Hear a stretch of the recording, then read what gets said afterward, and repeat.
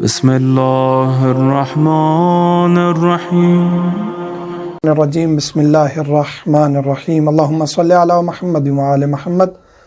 مومنین کرام، آج ایک نہایت ہی اہم ترین موضوع اور حساس موضوع ڈسکس کرنے جا رہے ہیں، وہ ہے استمناء۔ استمناء یعنی کہ اپنی منی نکالنا، اپنے جسم کے جنسی اعضاء کو چھیڑنا اور اپنی منی نکالنا، یہ گناہ کبیرہ ہے۔ حدیث رسول صلی اللہ علیہ وآلہ وسلم ہے کہ یہ فواحش میں سے ہے، یعنی کہ گناہان کبیرہ میں سے ہے، اس کی بہت بڑی سزا ہے۔ اور امام صادق علیہ السلام فرماتے ہیں کہ اللہ تعالیٰ اس شخص سے اس ویڈیو کو لائک کریں، ہمارے چینل کو سبسکرائب کریں اور بیل آئیکن ضرور پریس کریں ہماری نیو ویڈیو سب سے پہلے دیکھنے کے لیے۔ نہ کلام کرے گا، نہ اس کی طرف اپنی نظر رحمت کرے گا جو استمناء کرتا ہے، اپنے ہاتھوں سے لذت لیتا ہے، چاہے وہ لڑکا ہے یا لڑکی، چاہے وہ مرد ہے یا عورت۔ اسی طرح پھر اس کے لیے امام فرماتے ہیں کہ دردناک عذاب بھی تیار ہے جس میں اس کو ڈالا جائے گا۔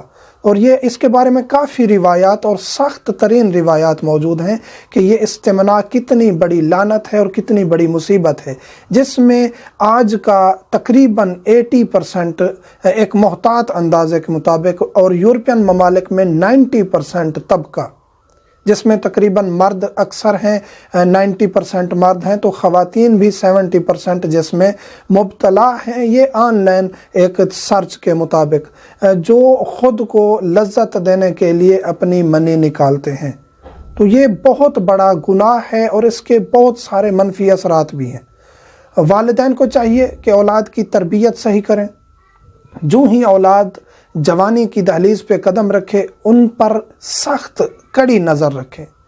گھر میں آپ کہتے ہیں کہ گھر میں ہمارا ماحول جی بہت صاف ستھرا ہے، پاکیزہ ہے، اس میں کوئی شک نہیں، آپ اپنا ماحول گھر پہ پاکیزہ رکھ سکتے ہیں، لیکن سکول کالج کا ماحول آج کل پاکیزہ نہیں رہا۔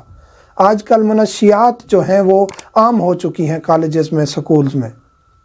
آج کل ہر بچی کے پاس موبائل ہے، ٹچ موبائل ہے، آن لائن براؤزنگ ہو رہی ہے، تو وہ ہر چیز دیکھ سکتے ہیں۔ تو پہلے تو یہ ہے کہ ہماری حکومتوں کو چاہیے کہ وہ ایسی ویب سائٹس بلاک کر دیں جن پر نظر پڑتے ہی شہوت ابھرتی ہے۔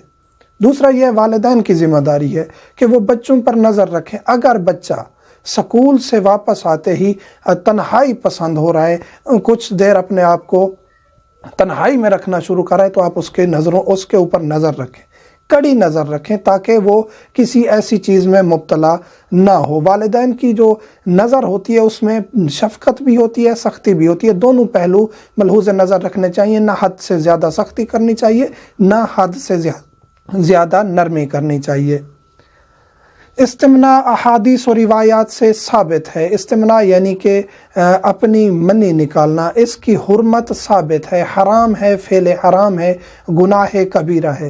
یہ مسائل بہت ضروری ہیں ڈسکس کرنا، اور جو مومنین سمجھتے ہیں کہ ہم درست کر رہے ہیں وہ دعائیں بھی دیتے ہیں اور کمنٹس میں بھی ہمیں اپریشیٹ کرتے ہیں، اور فون کر کے بھی بعض مومنین دعائیں دیتے ہیں کہ آپ ہمارے بچوں کی اصلاح کریں۔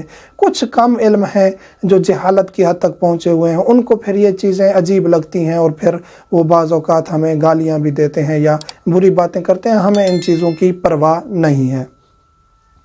اپنے ہاتھ سے اپنی منی نکالنا، چاہے وہ مرد ہو یا عورت ہو، جائز نہیں ہے۔ عورت کی منی اور مرد کی منی، اس کے بارے میں ہم تفصیل ڈسکس کر چکے ہیں رطوبت والی ویڈیو میں، کہ جو مرد اور عورت کی رطوبت نکلتی ہے اس میں اور منی میں کیا فرق ہے، لیکوریا اور منی میں کیا فرق ہے۔ اس ویڈیو کا لنک ہم ڈسکرپشن میں دے دیں گے تاکہ آپ کے لیے کلیئر ہو جائے کہ منی اور رطوبت میں کیا فرق ہے، مرد کی بھی عورت کی بھی۔ میاں بیوی ایک دوسرے کو فری کر سکتے ہیں، ہاں البتہ میاں بیوی ایک دوسرے کے ساتھ، میاں اپنی بیوی کے ساتھ، بیوی اپنے میاں کے ساتھ یہ فعل انجام دے سکتے ہیں اگر انہوں نے مباشرت نہیں کرنی یا نہیں کی، ایک دوسرے کو وہ فری یا ڈسچارج کر سکتے ہیں، اس میں کوئی حرج نہیں ہے۔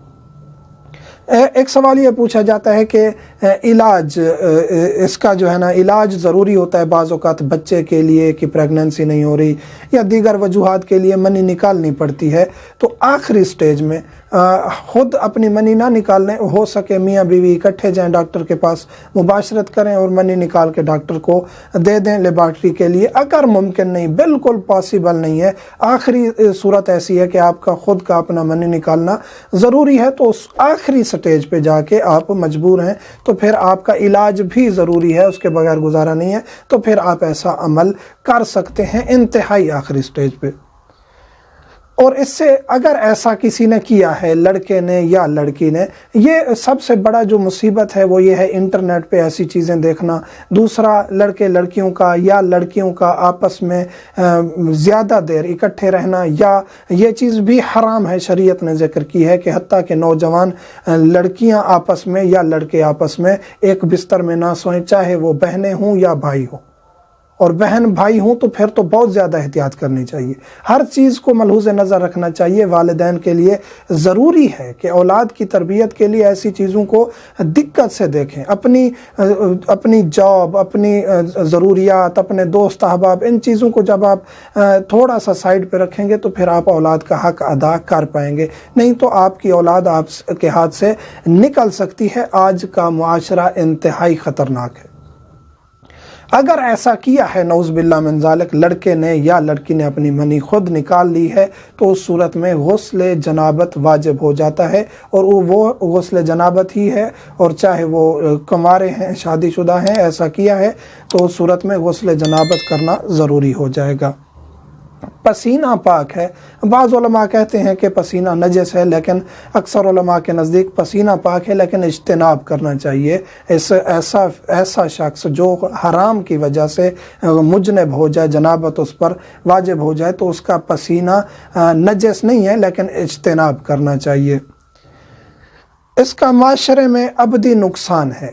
یہ وہ فعل ہیں جس کا ایک تو گناہ ہے، حرام ہے، گناہ کبیرہ ہے، سزا ہے، لعنت ہے، اللہ نے لعنت کی ہے، لیکن اس کے نقصانات معاشرے میں بھی بہت زیادہ ہیں۔ پہلا یہ ہے کہ جسمانی کمزوری، ڈاکٹرز بھی اس کی تحقیق کر چکے ہیں کہ جو ایسا کرتا ہے اس کا جسم کمزور ہو جاتا ہے، فزیکلی وہ بہت کمزور ہو جاتا ہے۔ تو ایسا کرنے سے، یعنی کہ حتیٰ کہ یہ کہا گیا کہ ایک دفعہ میاں بیوی مباشرت کرتے ہیں، اگر اس کے مقابلے میں ایک شخص خود اپنی منی نکالتا ہے، استمناء کرتا ہے، تو وہ 10 دفعہ مباشرت کرنے سے بھی زیادہ خطرناک ہے۔ تو جو مباشرت ہے ایک شرعی طریقہ ہے میاں بیوی کا، اس سے انسان کمزور نہیں ہوتا، اس سے انسان کی طاقت مزید بڑھتی ہے۔ یہ ایک قدرتی طور پہ ایک فعل ہے، ظاہری طور پہ کمزوری ہوتی ہے، لیکن اللہ اس کو مزید طاقت عطا کرتا ہے۔ اسی طرح ازدواجی زندگی متاثر ہوتی ہے۔ کافی ایسے روزانہ کے مسائل سننے پڑتے ہیں مومنین کے، مومنات کے، کہ ازدواجی زندگی خراب ہو گئی ہے۔ بعض اوقات مرد جو ہے شادی کے کچھ عرصہ کے بعد اس قابل نہیں رہتے کہ وہ اپنی زوجہ کو مطمئن کر سکیں فزیکلی طور پہ۔ بعض اوقات خواتین کمزور ہو جاتی ہیں، بیماری ہو گئی ہے وہ الگ بات ہے، ہم یہ نہیں کہہ رہے کہ جو بھی کمزور ہے یا اس قابل نہیں ہے اس نے خدا نہ خواستہ ایسا فعل شادی سے پہلے انجام دیا ہے، بلیم کرنا بھی جائز نہیں ہے۔ لیکن اس کے نقصانات یہ ہیں، واضح ترین نقصان یہ ہے کہ پھر شادی کے بعد کچھ عرصے کے بعد چاہے وہ مرد ہو یا عورت، اس کی حس اور اس کی حساسیت اور اس کے جذبات ختم ہونا شروع ہو جاتے ہیں، اور وقت سے پہلے وہ نقصان کی طرف چلا جاتا ہے۔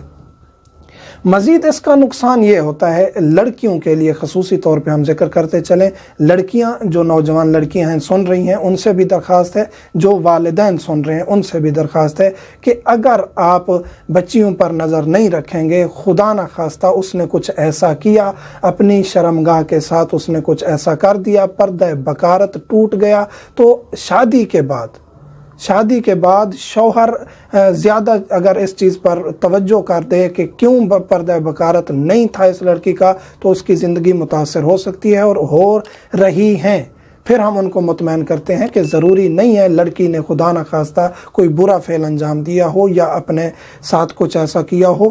شرعی طور پر بھی بکارت یہ ہے کہ اس نے اگر کسی سے جماع کیا ہے تب اس کی بکارت ٹوٹتی ہے، یہ نہیں ہے کہ خدا نہ خواستہ، کیونکہ بکارت جو ہے وہ ایک ہلکا سا پردہ ہوتا ہے، وہ چھلانگ لگانے سے بھی ٹوٹ سکتا ہے لڑکی کا، اس کی بلیڈنگ ہو سکتی ہے۔ تو شادی کے بعد اگر آپ کے پاس کوئی پروف نہیں ہے، کوئی یقین نہیں ہے، تو شک کرنا رشتوں کو ختم کر دیتا ہے. اور آپ بھی بہنوں کے بھائی ہوتے ہیں, کل کو آپ کی بچیاں بھی ہونی ہیں, تو اس چیز کو خیال رکھا کریں. کسی اور کی بیٹی کے ساتھ سختی کرنا مناسب نہیں ہے.